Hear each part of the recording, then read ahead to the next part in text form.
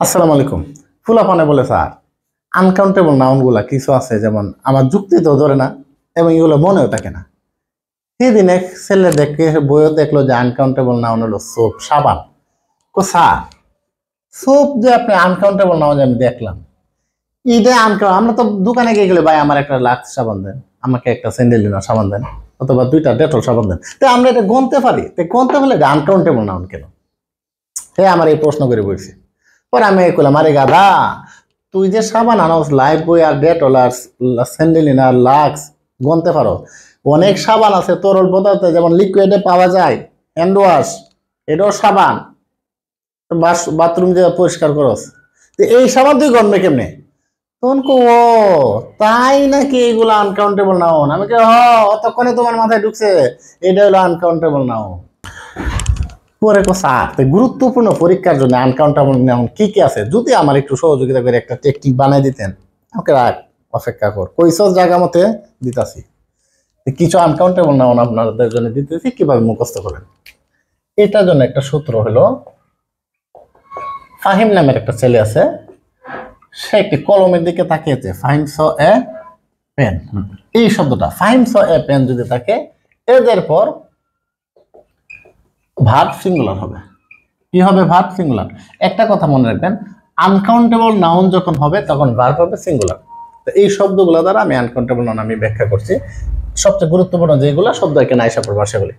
এফতে হলো ফার্নিচার, এতে হইলো অ্যাডভাইস, এইচতে হলো হোমওয়ার্ক, আইতে হলো ইনফরমেশন, এমতে হলো আপনি মানি, এটাও কিন্তু আনকাউন্টেবল নাউন। মানি বলতে পারেন, মানি তো আমরা টাকা গুনতে পারি, কেন আনকাউন্টেবল? আসলে অ্যাকচুয়ালি কি, একটা কথা মনে রাখবেন, আনকাউন্টেবল নাউন কখনো প্লুরাল হয় না, এটা সারা জীবন সিঙ্গুলার জন্ম থেকে। যেমন মানি, এটা আপনি পাবেন, কিন্তু কখনো মানিস কিন্তু পাবেন না। এই সূত্রে আমরা বলতে পারি এটা আনকাউন্টেবল নাউন। আর তাছাড়া আরেকটা কথা চিন্তা করেন তো, আমরা যখন গুনি তখন কি আমরা টাকা গুনি নাকি নোট গুনি? নোটগুলা গণ্যে অঙ্ক আমরা একসাথে যোগ করে ফেলি, আসলে আমরা নোট কিন্তু গুনি। আর এটা কি প্লুরাল হয় না, এই জন্য মানিটাও কি আনকাউন্টেবল নাউন, এটা মনে রাখবেন, এটা মোস্ট ইম্পর্টেন্ট। মানি, হোমওয়ার্ক, এটাও আপনি বলতে পারেন ফার্নিচার তো গণনা করা যায়, কিন্তু না, আপনার ঘরে কতগুলো আছে আসবাবপত্র গণনা অনেক সময় করা হয় না, এই জন্য ফার্নিচার শব্দটা আনকাউন্টেবল নাউন। ফার্নিচার্স কেউ বলে না, ফার্নিচার। আচ্ছা, এরপর কি আছে এস, এই যে এসটা এসে পড়লো সোপ মানে সাবান। এতে অ্যাকোমোডেশন কিন্তু আনকাউন্টেবল, অ্যাকোমোডেশন এটা আনকাউন্টেবল।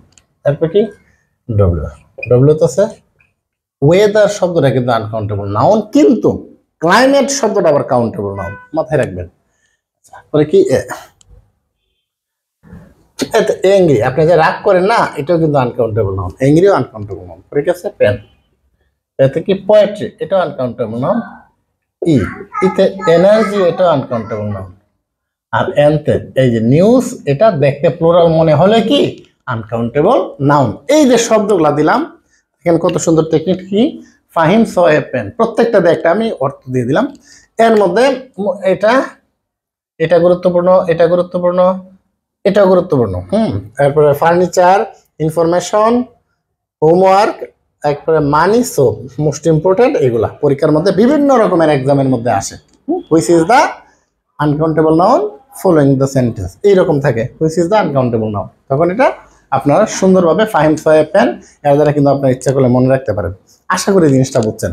আরও যদি এরকম টেকনিক আপনাদের প্রয়োজন হয়, ইনশাল্লাহ বলবেন, আমি চেষ্টা করবো আর নতুন নতুন টেকনিকগুলো আপনাদেরকে দেওয়ার জন্য। সেই পর্যন্ত সবাই ভালো থাকবেন, সুস্থ থাকবেন, আমার জন্য দোয়া করবেন। আল্লাহ হাফেজ।